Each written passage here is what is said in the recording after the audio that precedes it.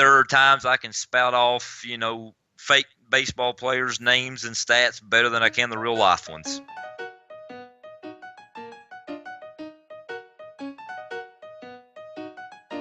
Welcome to the GMs Corner, a Brewster Baseball Association podcast where we put general managers on the hot seat and try to steal all of their very best secrets so everyone, or at least I, can win even more than we do. I'm Ron Collins, general manager of the Yellow Springs Nine, and today we have a special treat because Chris Wilson is here. Chris, of course, is the general manager of the Madison Wolves and a longtime member of the league. I think, Chris, you just put up a post saying that your team has just passed, Madison has just passed the 3,500 win mark, and all but 321 of those are under your guidance. So welcome aboard. I really want to hear what you've got going on. Sounds good, Ron. I'm glad to be here. Truth be told, I've been in these leagues for a long time, and I believe you are the first person I have ever either met or talked to personally. So maybe that's a treat on your end as well. It is an absolute treat on my end.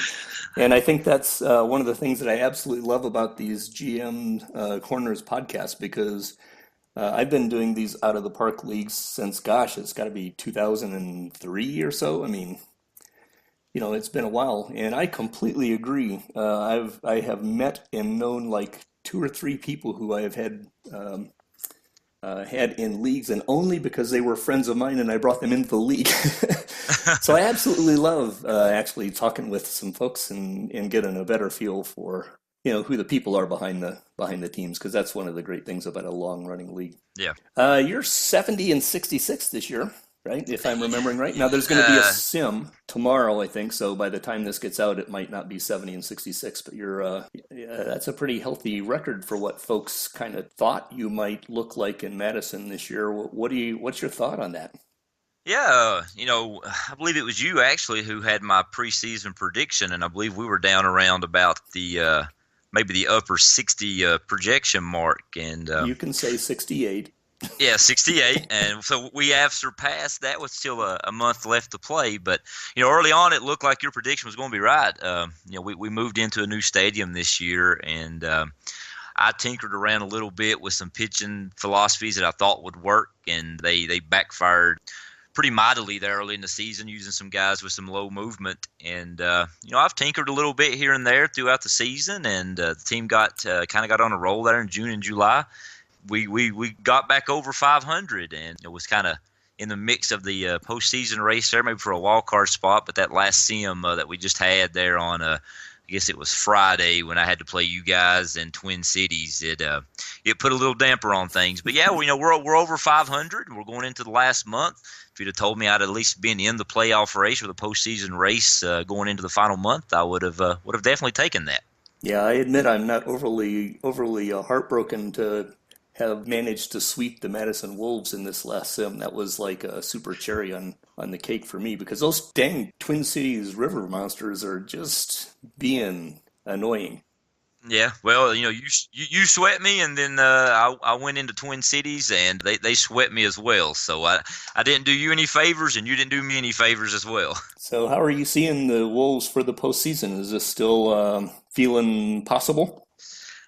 I believe it's possible. Like I said, we have a pretty favorable schedule here in the last month in September.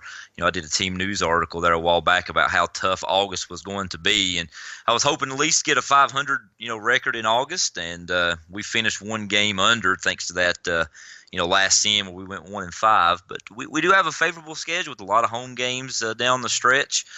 We do face a lot of the teams ahead of them. I believe I still have a series with you guys in Twin Cities, and there's a series with Omaha. I know still on there, maybe two series with Omaha in that final month. I know I'll play.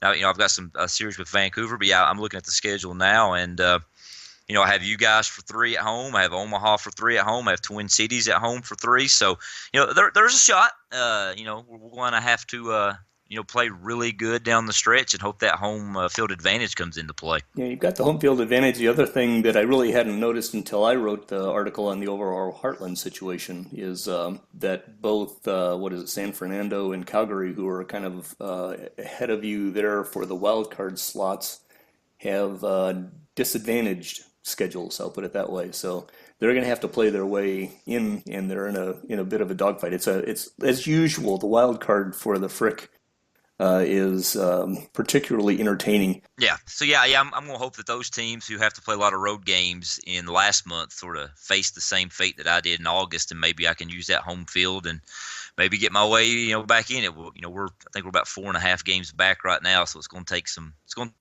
good luck and maybe some good play from Madison down the stretch, and maybe some bad play out of some of those teams. I'd be interested to hear you talk about the couple of trades that you made in the past week or three. What is it, maybe a month or so back, trading Draper and Barra. Don't have them in front of me right now, so I'm stumbling over the names. Yeah, I think it was Barrera. What are your thoughts on them? Both were pretty good players. I drafted both. Draper had been with the franchise, I don't know what year it was, but ever since I drafted him, so was Barrera. Barrera won the Rookie of the Year his first year in, and typically I'm one of those GMs who hang on to guys for as long as I can. I kind of get attached to them, maybe more than some others do. I just sort of felt like Madison was kind of, we were kind of stuck in neutral. We were kind of making a climb in the standings at the time I did decide to trade him, but I sort of looked ahead at the salary situation and realized that most of my salary cap was tied into offense, and if I was going to be able to maybe keep a little long-term success, I was going to have to look at doing something with trading some of these guys. And at the time, Draper was really struggling. I think he was batting around 230 in Madison, and really did not like the contract that I had signed him to. But, the loyalty I have to some of my guys, I just couldn't let him go. And the same really for Barrera. He wasn't having a very good season as well, so it kind of made it a little easier to make that trade. But I guess it was Kyle, made that post about the top catchers, and I saw that he had Barrera listed at number 1. I kind of thought maybe I could get a pretty good return if I looked into trading him. Didn't like the idea of letting him go, but some decent returns came back from that, and Madison's won without those guys. So I guess in my mind, I feel like that they weren't terrible trades considering we've still been able to keep some success going.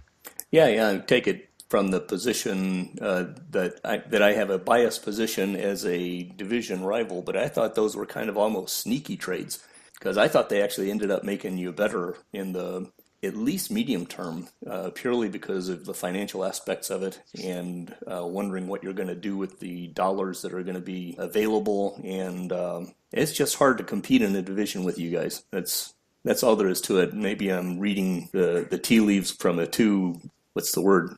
Not defensive. I just get worried about you. I think people may give me a little more credit in these leagues than perhaps I deserve. I have had some success in Madison. I've never shied about the fact that when I first took over, I inherited a juggernaut. The GM before me had built a team in Madison that was just loaded down with talent, and I truth be told, I rode that out for a good decade of seasons. But, I've made some trades here and there that I felt were good trades that helped Madison kind of stay in the hunt from time to time. And then I've made some moves that have left a lot of people scratching their heads, and they haven't panned out. But, I'm hoping these trades pan out. I like some of the guys I've got. I don't know, what I'm going to be able to do with some of them. The catcher I got back from Wichita, Don Logan, he's fit in pretty well. He's a little speedy catcher.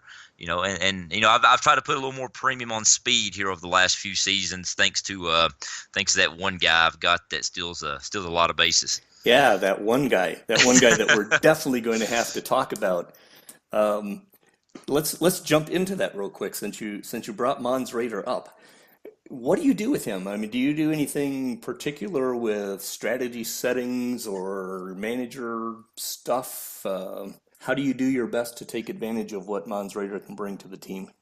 Well, his in-game strategy is stolen bases. That bar is all the way to the right. It's as aggressive as it can be. His base running technique and everything when it comes to base running with Mons Raider is full out max to the right hand side. I'm going to take advantage of the skill set that he provides, and I'm fine with the risk of stealing bases because for him so far it seems to be paying off. I know this season, stolen bases for the most part, you guys have done a study on that they seem to be down across the league. But there's one guy who is on pace to actually steal more bases this year than he did last year, and that's Raider. Yeah, I think you hit on something that's always important is Raider does not get thrown out, and he has not been getting thrown out this year at like almost record paces. Yeah, Last I checked, it was like a 94% success rate or something like that, which well, is off the chart. yeah, it must have gone down a little bit. I'm checking right now. It's at 88.9. He's been thrown out 15 times in 135 attempts. Oh, well, you should definitely give him the red light now.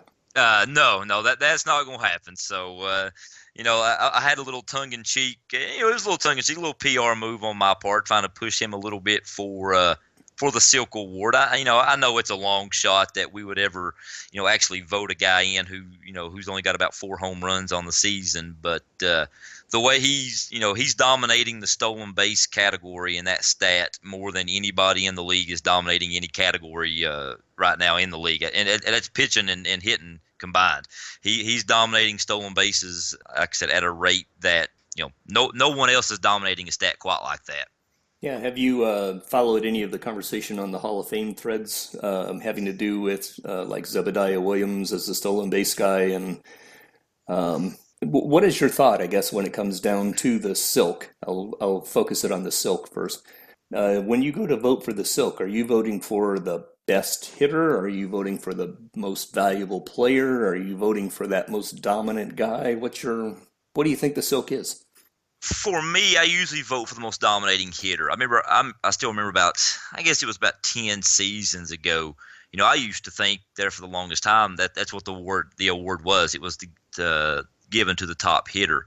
And, we had a little conversation, and most guys felt that it was just the most valuable player. I typically focus on the offensive stats, first. I know WAR is a big stat for a lot of people, and some people every now and then get accused, or maybe that's just a lazy vote where you just look at the WAR rating and whoever has the highest one votes. But I try to encompass the whole thing. I try to look at the the OPS and the batting average and home runs and things like that. I know RBI and runs are I'm into the the sabermetrics some and realize that those are team stats as well. You can't get an RBI unless there's somebody on base or unless you hit a home run.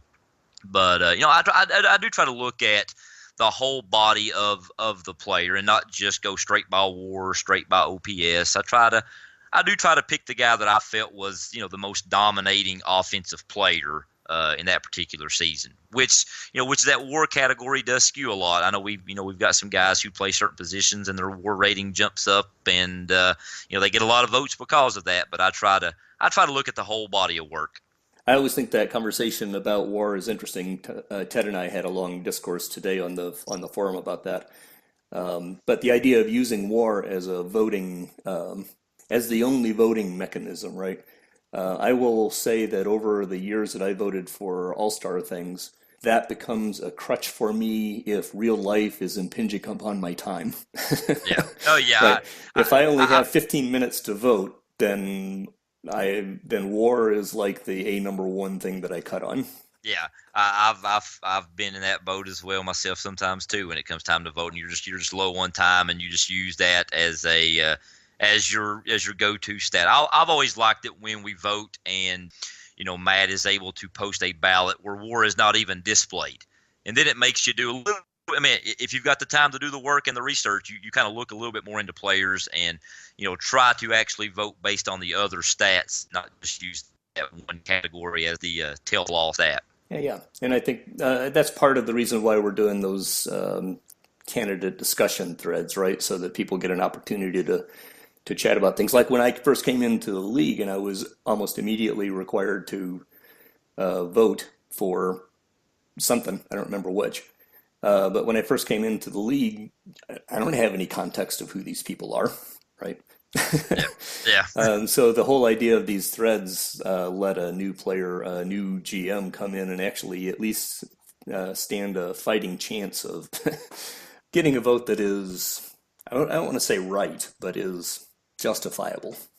Yeah, I need to check in a little more onto your all's candidate threads. I know I commented on the I think it was yesterday on the Corey Aubrey pitching situation, and I know I chimed in on that, and I know there was a little bit of a conversation about his WAR, and I actually went and looked it up and realized there was about 7 to 10 more pitchers who have a higher WAR. Right. That aren't in the Hall of Fame, and they're there for the longest time when I had more time to actually do a little more feature writing. I used to love digging into the the record books and the Hall of Fame and things like that. Back when I had some players who were like Puckett and King Ghost, who when they were breaking records and records all over the place. I did a lot of digging into the record books and. Kind of getting back into it a little bit more now. I've got some guys, like Raider in the stolen bases, and I made a post the other day about Steve Dempsey and his hit total. And when I have the time, I do love to dig into the Hall of Fame and the historical aspect of the game. Plus, I've been around. I've been in the league for just about since Matt brought it back in 1995 season, and so I feel like I have a pretty good grasp on a lot of the players in the league. Yeah, and I think I'm relatively sure that I speak for a whole bunch of us newbies. I consider myself still a newbie. I'm only in my 10th season, I guess now, 11th, however you count those numbers. I absolutely appreciate it when you guys, when Matt and you and Joe and Fred in his last podcast said that he feels like a new guy sometimes, but he's been around 25 seasons, something like that. You guys have a lot more visceral feeling around some of these guys' names, right? Yeah. So it helps when you get the time, but also on the other hand, I know you actually have a life.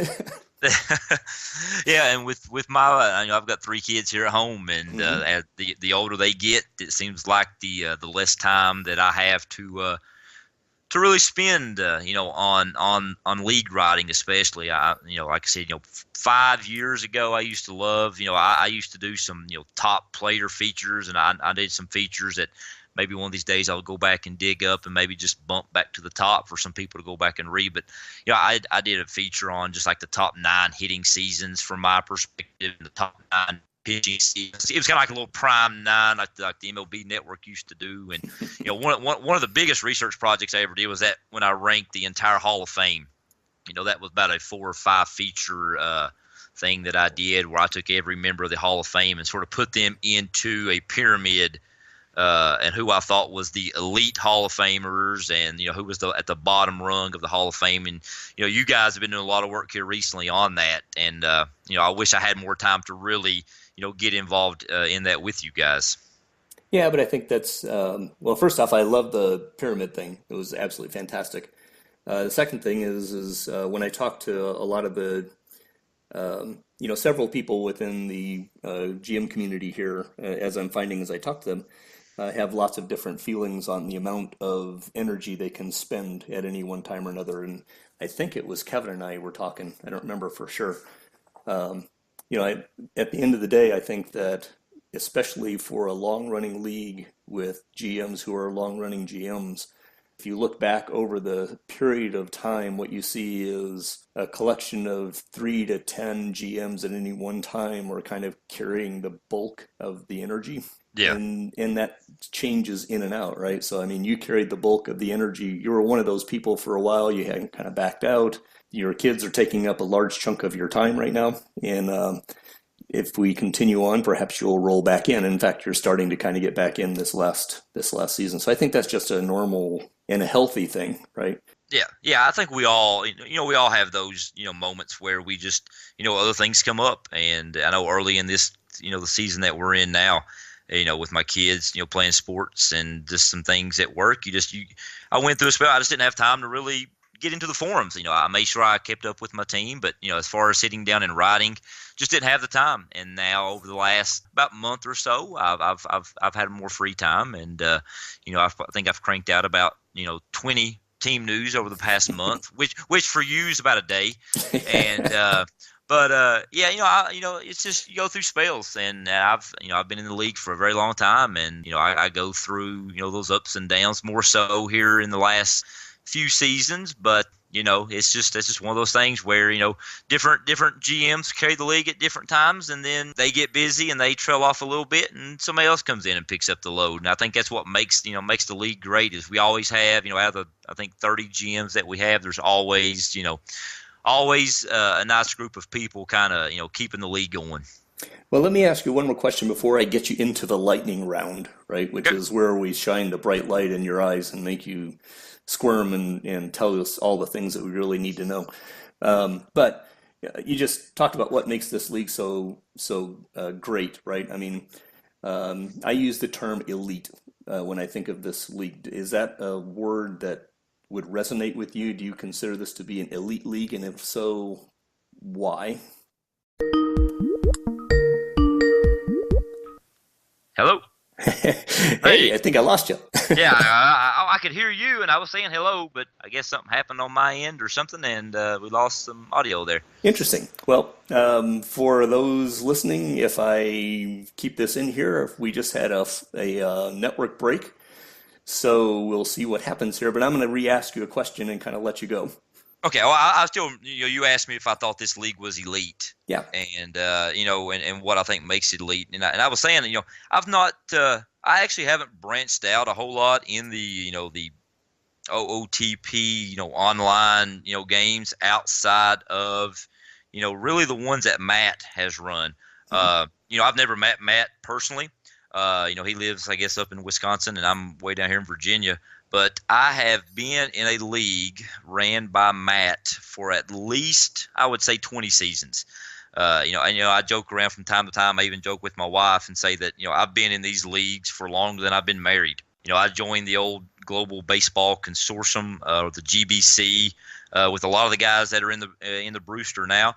I joined that league, and I probably spent, 20, 30 seasons with the old Front Page Sports, sports game there. And then it was actually Matt that brought me into the, I guess it was the Gooba. I believe that's how they what they probably pronounce it as, and spent a little bit of time in that. And then Matt branched out and started some other leagues. And truth be told, I've just kind of followed Matt and Recty wherever he goes. So I guess if I had to, in my mind, what makes this league great, it's Matt's, his leadership and his effort. And I've just, like I said, I don't know what it's like outside of the leagues that are run by other people. I've been in a league with Recty for a long time, and feel like he does a great job running these leagues, and I've just sort of stuck with him all the way through. I just enjoy it. I just enjoy being in these leagues. This is my my main hobby outside of playing some golf in real life. I've probably spent 50 seasons, if not more than that. I guess play closer to 100 seasons in these leagues with Recty, and I've enjoyed the fictional writing aspect. I've never had a tough time cranking out enough articles to either meet my participation points or just for fun. It's just been a hobby that I enjoy, and I have to just give a tip of the hat to Matt Rechtenwald for the job that he does running these leagues. I'm certain that you speak for pretty much everyone around. So Matt is like, if the BBA is not an elite league, Matt is certainly an elite commissioner. Absolutely, Put it that way. Absolutely, and I one of these days, I'm going to have to figure out a way where I can get it to one of these, meetups. Mm-hmm. And like I said, I have communicated with Matt for longer than I have known my wife, but yet I have never spoken to personally or actually met Matt.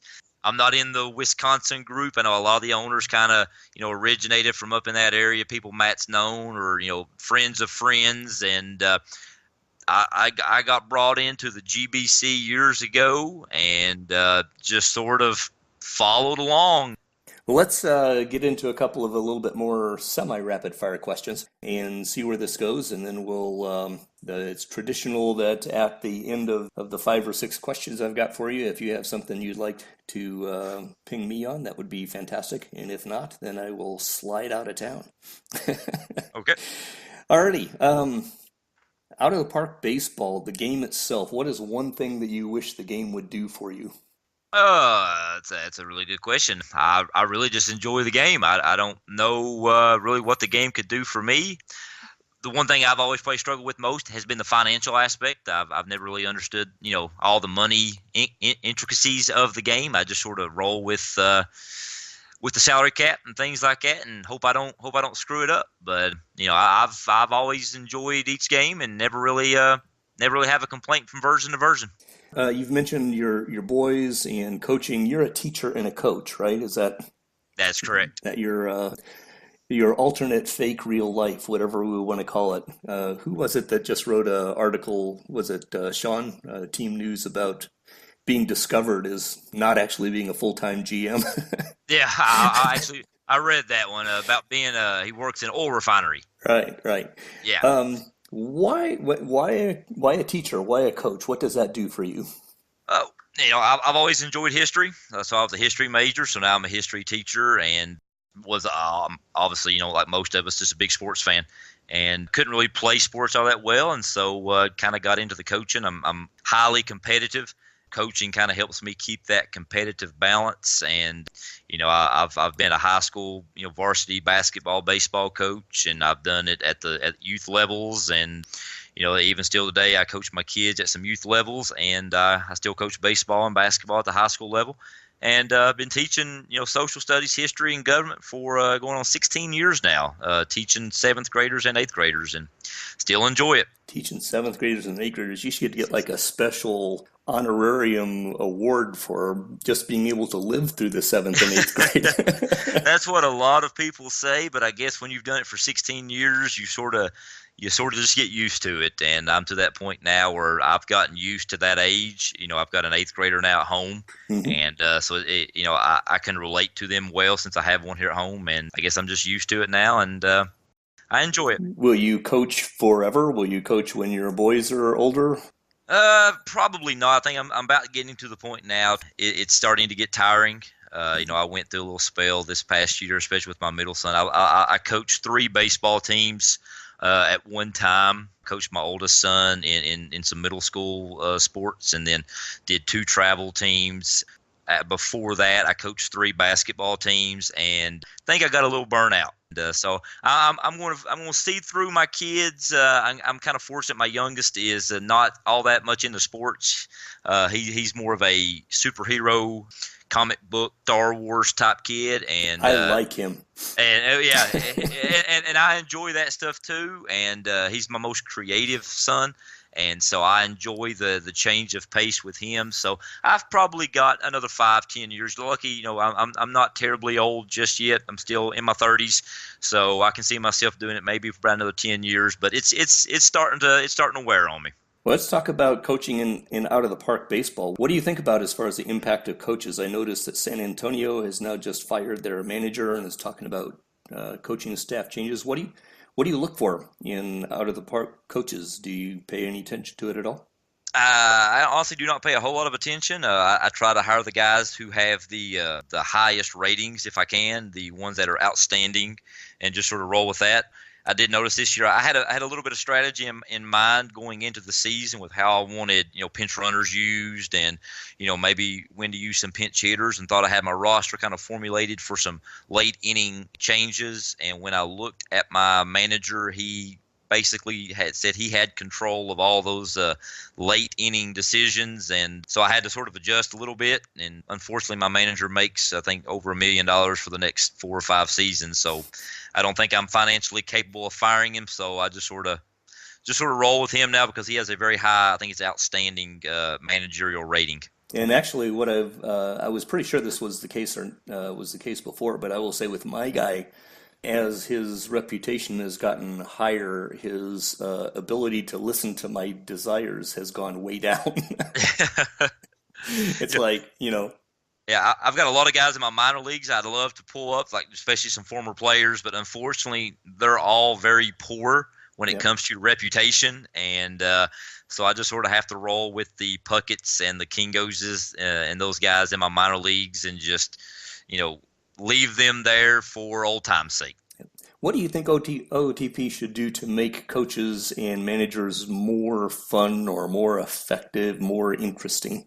I guess from my point of view, I'd like to see some of these guys. I've had some of these old timers in my minor leagues now for several, probably going on over a decade. and a lot of them are still rated as poor. I'd like to see maybe have those guys maybe improve slightly.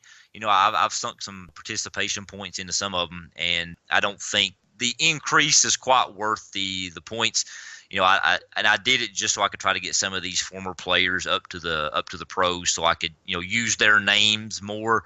But I guess from my point of view, I'd like to see them maybe grow a little bit faster if that's possible. And maybe they're just bad managers. Best moment all time of Madison Wolves history. Best moment would have to be when I won the Landis for the first time.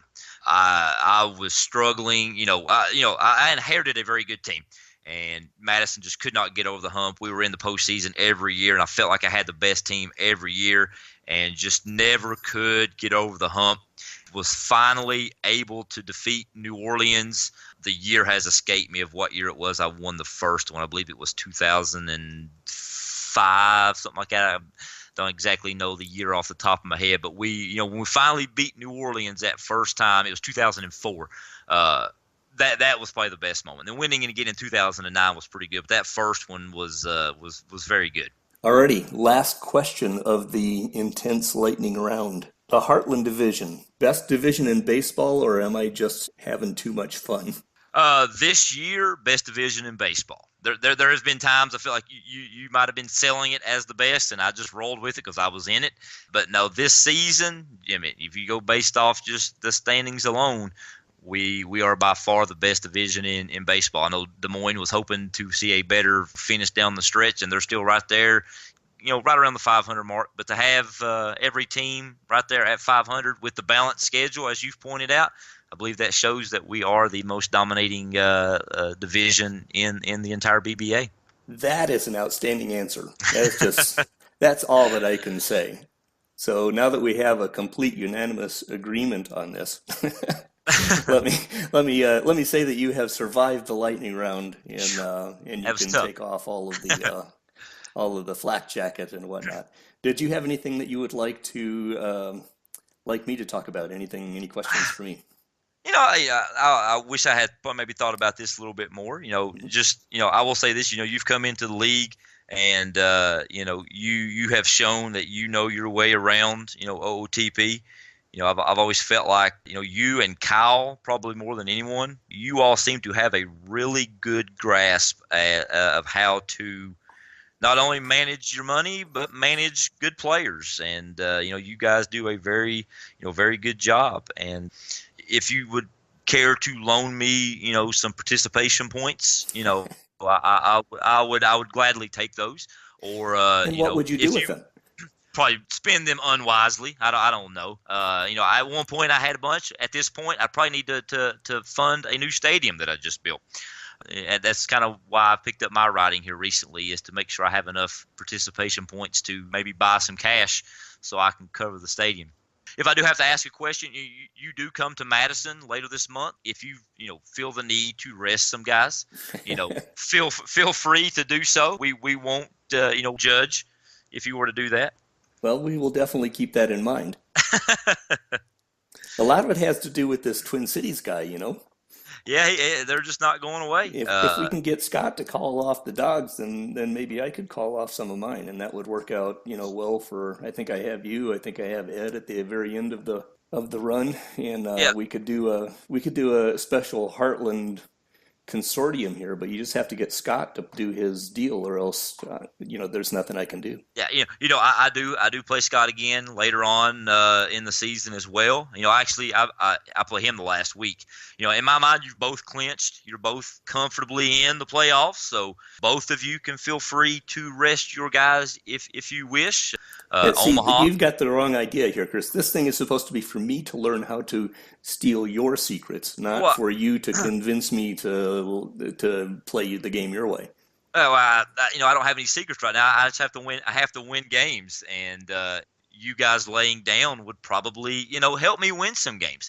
And even Joe. I got Joe 7 times. Joe, when you listen to this, hopefully before I play you, feel free to use that 40-man roster and call up some reserves. Well, he's got the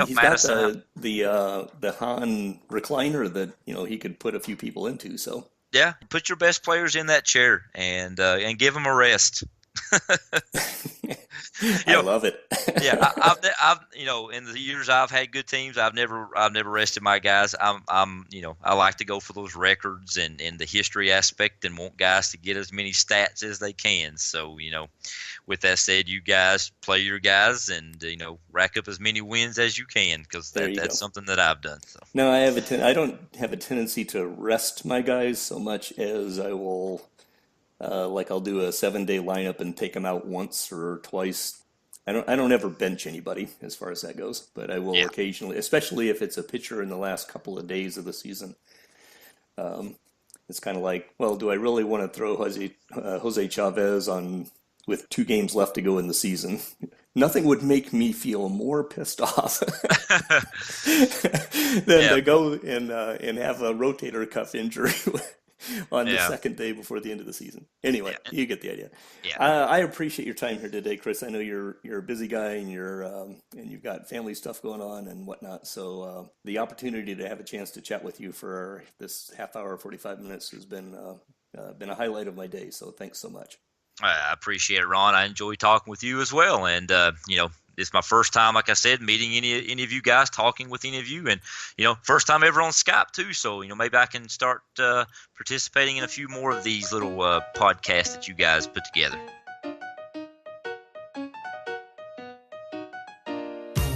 The Brewster Baseball Association is an out-of-the-park baseball league commissioned by Mr. America himself, Matt Rechtenwald, and competed in by 30 outstanding general managers. Check us out at montyrooster.net. You have been listening to the GMs Corner, a podcast where we put BBA GMs on the hot seat. Music is Cool Piano by Tigerius and is used under Creative Commons Attribution License. See you next time. Be safe, and always remember, even a boring team news is worth 2 points.